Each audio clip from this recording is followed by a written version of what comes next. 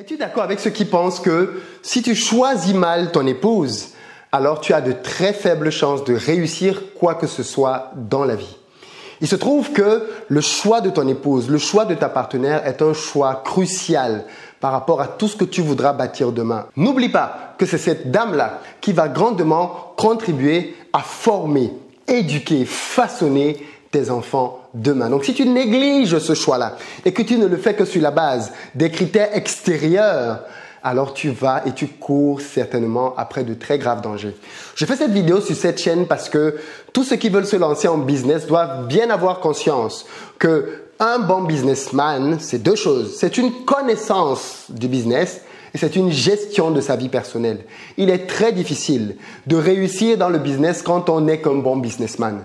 En réalité, les gens qui sont bons dans le business, en général, ne sont pas très mauvais dans leur vie personnelle. Alors, sauf quelques exceptions, bien évidemment. Mais la plupart du temps, les gens qui parviennent à faire de grandes choses le font parce qu'ils sont bien accompagnés. D'ailleurs, on dit souvent que derrière un grand homme se cache une grande dame pour démontrer que l'un impacte l'autre. Clairement, pour ce qui me concerne, je ne serais pas là sans mon épouse. Je tiens d'ailleurs à le rappeler ici.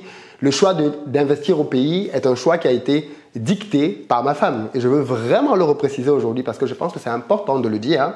Au moment où il a fallu créer une chaîne YouTube, j'ai longtemps hésité entre investir au pays et une autre thématique. Mes meilleurs amis m'avaient tous dit d'aller vers cette thématique-là. C'était une thématique qui aurait pu être rentable très rapidement par rapport à investir au pays. Seule mon épouse m'a dit « va vers investir au pays, lance investir au pays parce que dans investir au pays, tu auras quelque chose qui est beaucoup plus précieux que l'argent, tu auras de l'impact. » Et donc, j'ai écouté ma femme et on est là aujourd'hui. Donc, clairement, indépendamment de cet élément-là, sans elle, je ne pourrais pas faire toutes les vidéos que je fais parce que tellement de fois elle me seconde, tellement de fois c'est elle qui est derrière la caméra, c'est elle qui installe le studio pour que je puisse tourner, c'est elle qui calme les enfants. Bref, elle est une partie prépondérante de tout le travail, de tout le succès que tu peux voir ici. Donc, je tenais à lui rendre cet honneur-là parce que je ne suis pas seul. Et très souvent, quand je dis on, je parle d'elle et moi. Bon, maintenant que l'équipe s'est agrandie, je parle aussi de l'équipe avec laquelle je travaille, bien évidemment.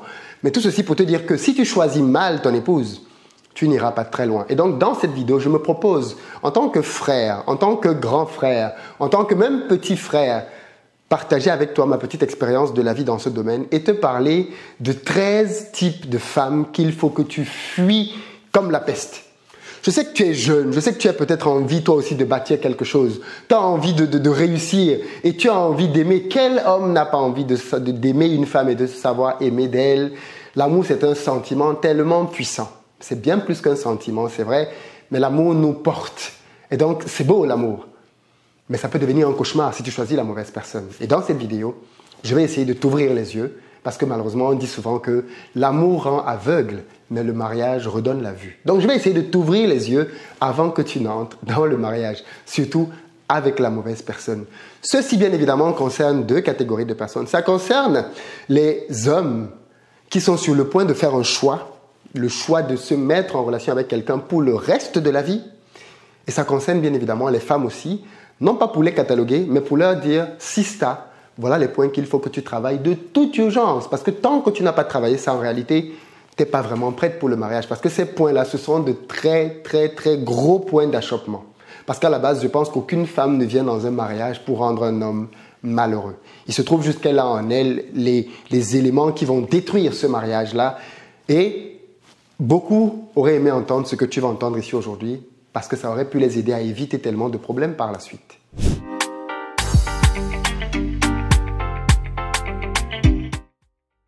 Salut à toi et bienvenue sur ma chaîne. Moi, c'est Philippe Simo et cette chaîne existe parce que je suis convaincu que l'entrepreneuriat et l'investissement sont les deux piliers sur lesquels les Noirs doivent s'appuyer pour faire émerger leur continent.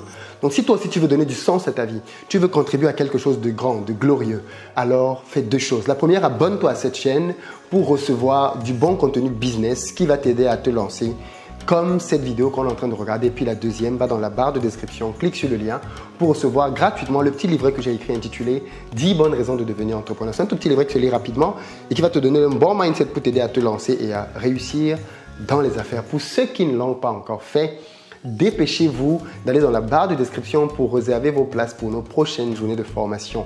On est à Dakar le 21 mars. On est à Paris le 28 mars. On est en Suisse le 4 avril. En Allemagne à Francfort le 18. Et bien évidemment aux États-Unis et au Canada en mai. Tout ça est disponible dans la barre de description avec des vidéos qui te donnent le programme de chaque journée. Je viens à votre rencontre pour vous partager mon savoir, vous partager mon expérience et vous donner des clés. Répondre en particulier à vos questions et avoir du temps pour ceux qui le souhaitent qu'on ait des séances de coaching. Donc dans la barre de description, tu as tout un programme qui t'est disponible pour t'aider à te rapprocher de tes objectifs en 2020. Je précise qu'il y a d'autres pays qui arrivent dans la liste et on va les déployer petit à petit. Alors, dans cette vidéo, on va revenir au cœur du sujet. On va parler donc des 13 types de femmes qu'il faut clairement éviter. Le premier type de femme qu'il faut éviter, c'est la femme superficielle. La femme superficielle, c'est la femme qui pense que c'est son apparence extérieure qui va déterminer sa réussite dans la vie plus tard.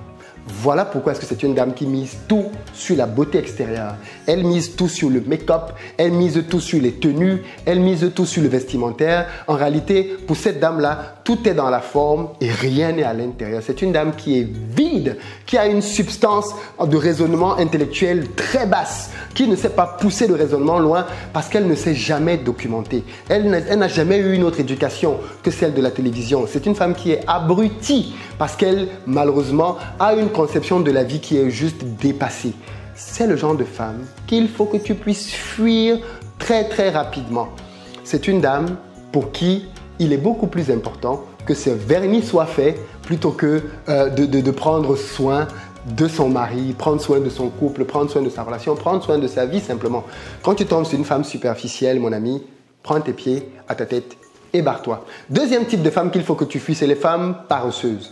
Les femmes paresseuses, ce sont les femmes qui n'aiment pas le travail. Elles aiment flâner, elles aiment glander, elles aiment la télévision, elles aiment les telenovelas, elles aiment tout ce que tu veux, mais elles n'aiment pas travailler. C'est le genre de femme qui n'est pas gênée par le fait qu'elle ne fasse rien. C'est-à-dire, c'est un peu comme c'est un état naturel, quoi. Parce que tu peux être dans une position dans laquelle tu ne bosses pas. Parce que, bon, peut-être tu as un enfant en bas âge, ou tu as peut-être quelque chose qui te handicape, ou tu cherches, tu ne trouves pas. Mais comment est-ce que la personne vit avec ça? Est-ce que c'est une situation qui est plaisante? Est-ce que tu vois la personne se battre pour s'en sortir, ou alors pour elle, c'est parfait comme ça? Si c'est le cas, mon ami, méfie-toi clairement d'elle. Est-ce que c'est une femme qui accepte de se salir les mains? Ou alors pour elle, à cause de ses ongles, elle ne peut pas faire de vaisselle. À cause de ses ongles, elle ne peut pas faire de ménage. Si c'est une femme qui ne sait pas tenir un balai, qui ne sait pas laver des vêtements, ou qui ne sait pas, je ne sais pas moi, faire de la vaisselle, cher ami, tu as probablement affaire à une paresseuse. Troisième type de femme qu'il faut que tu puisses fuir, c'est celle que moi j'appelle la diviseuse. C'est la femme qui vient dans ta famille pour tout diviser. En Afrique, on le sait très bien, on n'épouse pas simplement une femme, on n'épouse pas simplement un homme, on épouse une famille. Comment est-ce qu'elle se comporte quand elle vient dans ta famille? Est-ce qu'elle vient et elle commence à bouder telle personne? Est-ce qu'elle vient et elle ne parle pas à telle personne? Est-ce qu'elle te donne des idées qui font que tu te fâches contre les gens de ta famille? Est-ce qu'elle essaie de te manipuler pour te diaboliser les gens de ta famille juste pour t'isoler d'eux? Attention, la femme qui divise est une femme qui va faire de très très grands torts. Parce que c'est une femme qui dit, on a vu des femmes comme ça, qui divisent des familles. Parce que le mari a décidé de suivre sa femme et donc de se mettre à dos toute sa famille. Ça ne veut pas dire que ta famille peut ne pas avoir tort. Attention, on est dans des familles africaines, on connaît nos parents. Un parent peut estimer que, oh, telle femme, franchement, je ne suis pas sûr qu'elle va t'aller. Le parent a le droit d'avoir un doute, d'accord? Il a le droit d'avoir un doute. Mais comment est-ce que ton partenaire réagit? Est-ce que ta partenaire se met au niveau de ton parent et commence à l'insulter? Est-ce que ta partenaire réalise que c'est un parent et il faut quand même lui donner du respect, ainsi de suite, ou pas? C'est là que tu vois l'esprit de division.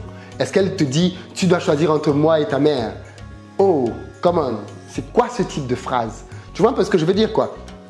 C'est ça, la femme qui vient pour diviser ta famille. Et méfie-toi d'elle. Parce que clairement, elle va tout gâter. La quatrième type de femme que tu dois fuir, c'est celle que j'appelle l'opportuniste. C'est celle qui est avec toi à cause de ton statut, en fait. Si tu n'étais pas celui que tu étais, elle ne serait pas avec toi. On a vu des filles comme ça qui ne s'intéressaient pas du tout à des gars jusqu'au jour où on a appris que le gars, il a eu le concours d'entrée à l'ENA. What? Il est entré à l'ENA, tout a changé, il est entré à Polytechnique. C'est-à-dire, il n'est même pas encore devenu, d'accord? Mais comme il a pris une certaine trajectoire, l'intérêt est venu là. Est-ce que la fille avec qui tu es aujourd'hui, elle est avec toi à cause de qui tu es ou à cause de ce que tu as? En réalité, c'est une question à laquelle il est très difficile de répondre quand on a rencontré sa copine, quand on était déjà assis.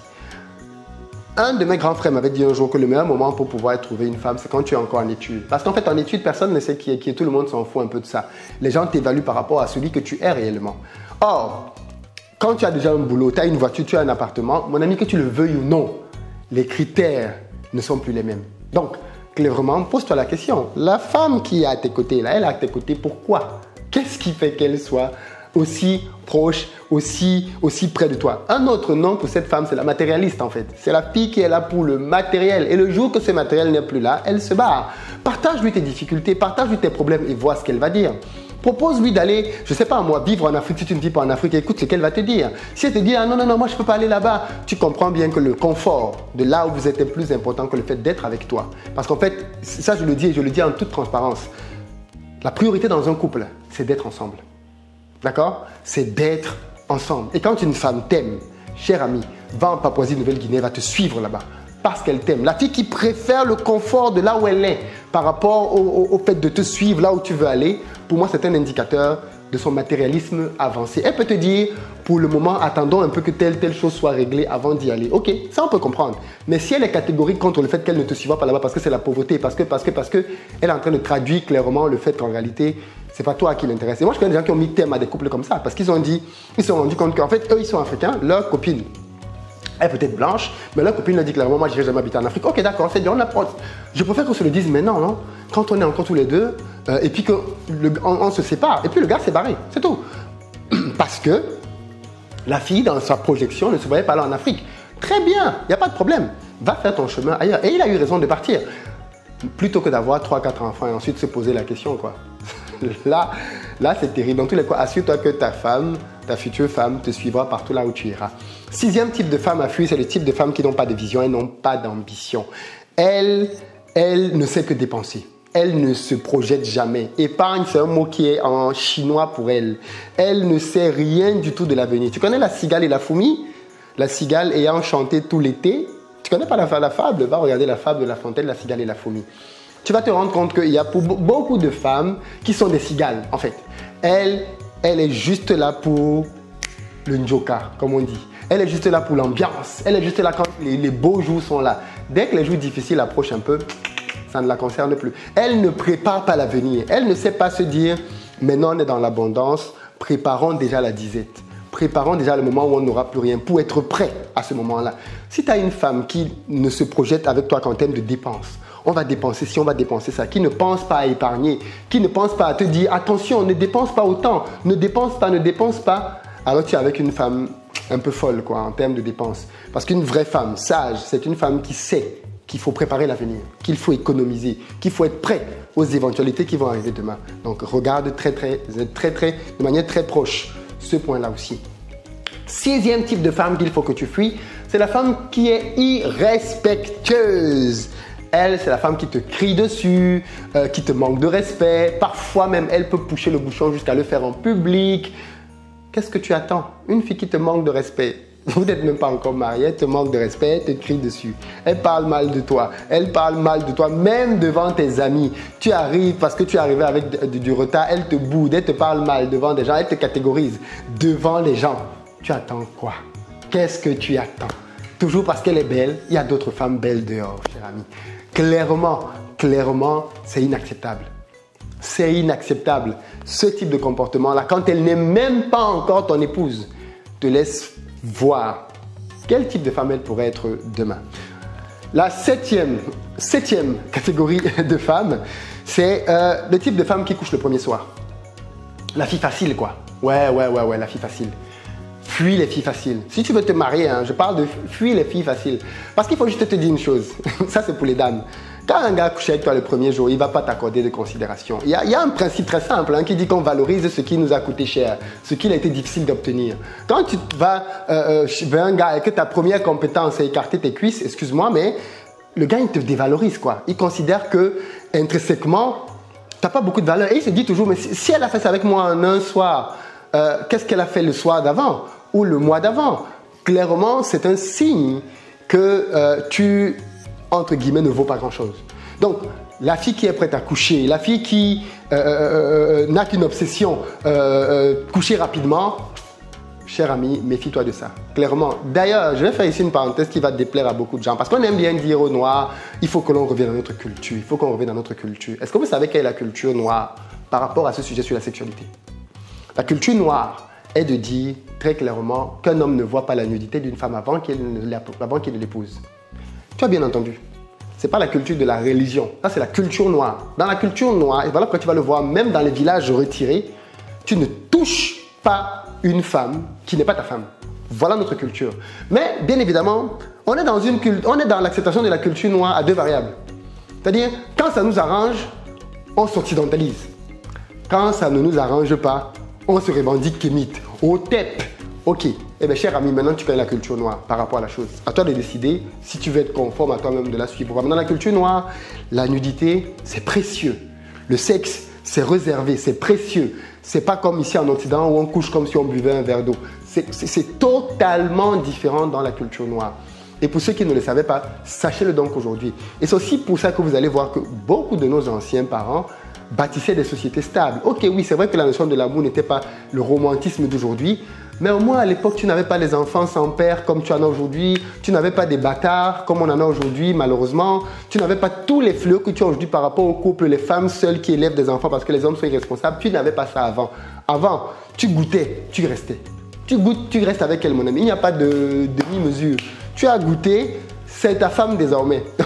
Et ça a amené les hommes à avoir un haut sens des responsabilités. Ils savaient qu'on ne s'amuse pas avec une femme. On ne la touche pas n'importe comment.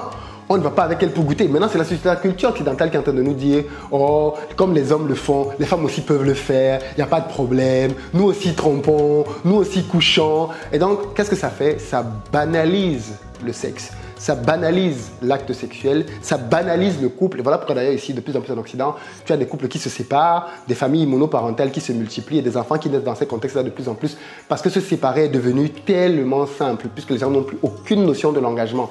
Ça, c'est pas la culture africaine. Donc, la fille qui est prête à coucher rapidement, la chère amie, méfie-toi d'elle.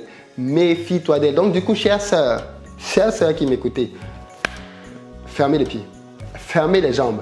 Si le gars, il t'aime vraiment, il va attendre. J'aborde ce point dans la vidéo qui va paraître demain. Parce que demain, il y a la deuxième partie de cette vidéo dans laquelle je parle des hommes. Et je te parle des 14 types d'hommes à fuir. Et je te parle clairement de ce gars-là qui est là uniquement pour coucher avec toi. Lui, c'est le genre de gars que tu dois fuir comme la peste. Parce que lui ne s'intéresse pas à ce qui tu es. Il ne s'intéresse pas à ce que tu as dans la tête. Parfois, même il couche avec toi, il ne sait même pas quel est ton prénom, ou quel est ton nom de famille, ou quel est ton deuxième nom. Il ne sait rien. Il est juste guidé par le bas-ventre. C'est tout ce qui dirige ses décisions dans la vie. Mais ça, on en parle demain. Donc, pour revenir à notre vidéo d'aujourd'hui, méfie-toi aussi de la fille qui est juste là pour coucher ou qui veut coucher trop vite avec toi. C'est pas bon signe. 8e type de femme à éviter, c'est la femme amère. La femme amère, c'est la femme qui déteste les hommes. Et elle va souvent cacher ça derrière du féminisme. Je ne dis pas que toutes les féministes détestent les hommes. Mais j'ai quand même le sentiment, quand j'écoute beaucoup de féministes parler, qu'il y a beaucoup de frustrés parmi elles et beaucoup de femmes qui détestent les hommes en réalité. Ce ne sont pas les droits des femmes qui les intéressent, c'est la haine de l'homme qui les motive. Pourquoi? Parce qu'elles ont peut-être été abusées quand elles étaient petites, ou alors elles ont eu une relation qui s'est mal terminée avec un homme et elles ont catalogué tous les hommes comme étant les mêmes. Parce que tu as toujours des femmes qui disent ça, oh, vous êtes tous les mêmes, vous les hommes. Non, c'est faux. Tu es tombé sur un idiot, tu es tombé sur un con, tu es tombé sur un irresponsable, un pisseur au lit comme je les appelle. Mais on n'est pas tous pareils. Je suis désolé, ce serait comme dire que toutes les femmes sont pareilles. Non, non, non, non. Tu ne peux pas. Clairement, tu ne peux pas. Donc, la fille qui est amère, sépare-toi d'elle. La fille qui est là pour te rappeler qu'elle a des droits, pour te rappeler que vous êtes égaux, pour te rappeler que tu n'as pas le droit de dire ci, tu n'as pas le droit de faire ça, qu'elle est à la limite qui veut aussi uriner debout parce que vous êtes égaux. C'est pas comme ça qu'on recherche. Parce que je suis pour le fait que les hommes et les femmes sont égaux en valeur. Ça, il n'y a pas de doute là-dessus. Mais quelqu'un qui est là à le rappeler constamment traduit bien par là le fait que lui-même, il n'en est pas sûr. Ou il n'en est pas convaincu, ou du moins qu'il manque de confiance par rapport à ça. 9e catégorie de femmes à éviter, ce sont les fêtardes. La fille qui est tout le temps en train de vouloir faire la fête. Elle n'est jamais à la maison. On dirait que ses parents l'ont accouchée dans la rue, tellement elle aime être dans la rue. Méfie-toi de cette fille-là. C'est la fille qui ne saura pas rester à la maison, c'est la fille qui ne saura pas garder le foyer, c'est la fille qui ne saura pas entretenir les enfants, c'est la fille qui sera tout le temps en train de sortir. Dès que tu l'appelles et que tu lui proposes une sortie, avant même que tu ne t'aimes, tu dis oui, ma copine, j'arrive. Ce genre de fille-là, méfie-toi d'elle. Quand est-ce qu'elle prend le temps pour se poser, pour réfléchir, pour bâtir, si elle est tout le temps dehors? La fêtarde, pour moi, c'est une fille qu'il faut clairement fuir. Je ne dis pas qu'on ne doit jamais s'amuser, c'est pas ce que je dis. Mais je parle ici de la fille qui, dans la semaine, 3-4 fois au moins, elle doit sortir. Il y a un problème avec ça, d'après moi. Ça, c'est pas une attitude d'une mère qui aura des enfants demain. Parce qu'il ne faut pas partir du principe que, oh, quand on aura des enfants, on va changer. On connaît des femmes qui ont des enfants, qui les laissent à la maison et qui vont en boîte de nuit. Donc, clairement, à toi de voir vers où tu veux aller. Dixième, c'est le type de femmes qui ne veulent pas s'engager avec toi. Elles te disent toujours, oh, je ne suis pas encore prête, je ne suis pas encore prête. Ça fait 3 ans que tu n'es pas prête. En réalité, bien souvent, ce genre de femme-là, ce qu'elle est en train de te dire, c'est je suis en train d'attendre de voir si je ne vais pas trouver mieux que toi. C'est pas qu'elle n'est pas prête, c'est qu'elle n'est pas prête à s'engager avec toi. Du coup, tu vas voir que le même genre de fille qui a fait 3-4 ans avec toi et qui te disait qu'elle n'était pas prête, le lendemain, 3 mois après que vous vous êtes séparés parce que tu en as eu marre ou parce que tu as raconté une histoire, tu vois qu'elle est en train de se marier avec un autre gars. Qu'est-ce qui s'est passé? Lui, tu as été prête en 2 mois. Moi, 3 ans, tu n'as pas été prête. Oui, mon gars. Oui, mon gars. Elle n'était pas prête parce que c'était toi. Mais maintenant qu'elle a trouvé quelqu'un d'autre avec qui ça peut aller mieux, elle va être très rapidement prête avec lui. Donc, méfie-toi aussi de la fille qui ne veut pas s'engager. De la fille qui est tout le temps en train de te dire « Oh, c'est trop tôt. C'est trop tôt pour penser mariage. C'est trop tôt pour ceci, cela. » 2-3 ans après, c'est toujours trop tôt. Come on. Ce n'est plus trop tôt. Non. A contrario, il y a bien évidemment aussi l'homme pour qui ne parle jamais d'avenir avec toi, quoi. Parce que lui, il est toujours en train de te tester, il est toujours en train de t'étudier. Comme quelqu'un a chanté un jour, on ne sait pas quel diplôme il faut que tu passes, mais il est toujours en train de t'étudier. Donc, clairement, à bannir et à fuir. 11e type de femme à fuir, c'est la femme qui va consulter des voyants, des marabouts et des sorciers. Clairement, je pense que c'est le genre de femme qu'il faut fuir. Parce que c'est le genre de femme qui, demain, va peut-être aller consulter ses marabouts pour toi, pour te tuer. Parce que tu as fait quelque chose qui ne lui a pas plu, parce que tu as peut-être décidé que tu n'étais pas d'accord avec un truc, parce que tu n'as peut-être pas cédé à quelque chose, parce que tu en as peut-être eu marre de ces attitudes et tu as décidé de te retirer.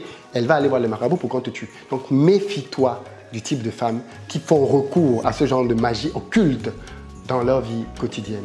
12e type de femme à fuir, c'est le type de femme indiscrète qui ne sait pas garder un secret. Cette femme-là va raconter votre intimité au quartier. Tout le monde saura que ça se passe mal au lit avec elle. Tout le monde saura que tu as eu une panne sexuelle. Tout le monde saura que tu as fait ceci ou tu as fait cela. Parce que c'est le genre de femme qui ne sait pas fermer sa bouche. C'est le genre de femme qui te dit toujours, c'est un secret, en te parlant de ce que quelqu'un lui a confié.